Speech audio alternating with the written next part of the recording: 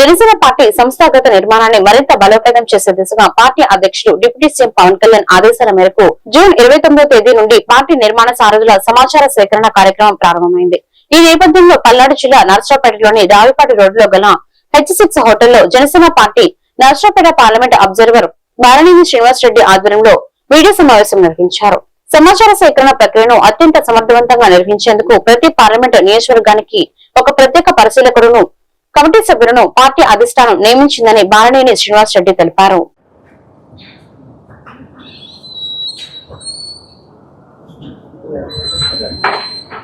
ఈరోజు నర్సరావుపేట పార్లమెంట్ నియోజకవర్గం సంబంధించి కమిటీలు వేసే దానికోసం నాయకులు పవన్ కళ్యాణ్ గారు నన్ను అబ్జర్వర్గా, అలాగే సీనియర్ నాయకులు, పార్లమెంట్ సంబంధించి సీనియర్ నాయకుల్ని, అలాగే సాధకుల్ని అందరూ కూడా కమిటీ, ఈ సమాచార సేకరణ కమిటీని మొత్తం 28 మందిని నియమించడం జరిగింది.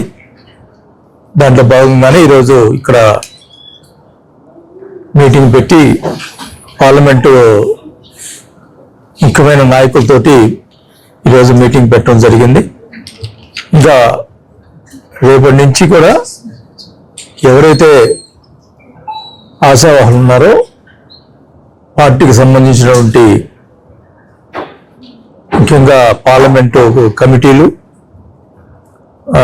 అలాగే అసెంబ్లీకి సంబంధించినటువంటి ఇన్ఛార్జి మరి కమిటీలు, అలాగే మండలానికి సంబంధించినటువంటి ఇన్ఛార్జి మరి కమిటీ, అలాగే అనుబంధ సంస్థ సంబంధించినటువంటి కమిటీలు అన్నీ కూడా ఆశావాళ్ళు ఎవరుండే వాళ్ళు అప్లికేషన్ ఇవ్వడం జరుగుతుంది. దానికి సంబంధించి వాళ్ళు ఫిలప్ చేసి ఈ ఉన్నటువంటి కమిటీలు అందరూ కూడా రేపటి నుంచి ఇక్కడ కూర్చోవటం జరుగుతుంది. ఈ 28 మందికి వాళ్ళు వచ్చి అప్లై చేసుకొని దాంట్లో కరెక్ట్ కారణాన్ని కూడా వెరిఫై చేయడం జరుగుతుంది. ఇవన్నీ కూడా ఖచ్చితంగా నేను ఒకటే చెప్తున్నాను, ఇందాక మా మీటింగ్లో చెప్పడం జరిగింది. అందరం కూడా ఏ గ్రూపులు అనేది పెట్టుకోవద్దు.